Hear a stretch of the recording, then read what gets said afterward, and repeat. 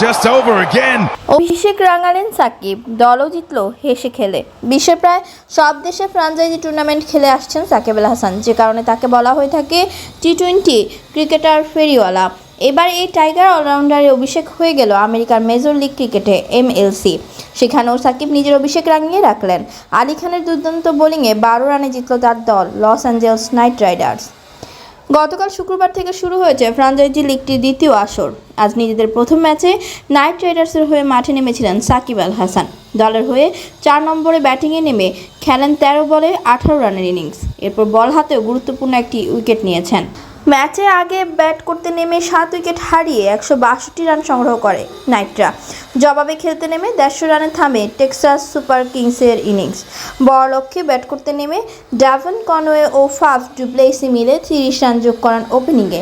Du Plessis 14 run করে ফেরার পর অ্যারন হার্ডি ফিরেছেন 14 বলে 11 রান করে। এরপর কনওয়ে আউট হয়ে যান 39 বলে 53 রান করে। স্টাম্প উপড়ে ফেলা আলী খানের সেই ডেলিভারিতেই ম্যাচের মোড় পাল্টে যায়। এরপর জোশুয়া ট্রাম্পের 14 বলে 18 ও ক্লাভিন স্যাভেজের 18 বলে 29 রানের জয় তুলে নিতে পারেনি টেক্সাস। দলের হয়ে সর্বোচ্চ 4 উইকেট নিয়ে নাইট রাইডার্সের সেরা বোলার আলী খান, 2 উইকেটে নিয়েছেন স্পেন্সার জনসন, 1টি করে উইকেট নেন সাকিব ও সুনীল নারিন। এর আগে টসে হেরে ব্যাট করতে নেমে উন্মুক্ত চাঁদের 68 রানের ইনিংস ও শেষ দিকে নীতিশ কুমারের 17 বলে 26 রানে ভর করে 162 রানের লড়াইয়ে পুঁজি পায় নাইটাররা। টেক্সাসের হয়ে 2টি করে উইকেট নেন জিয়াউল হক, অ্যারন হার্ডি ও মার্কাস স্টয়নিস।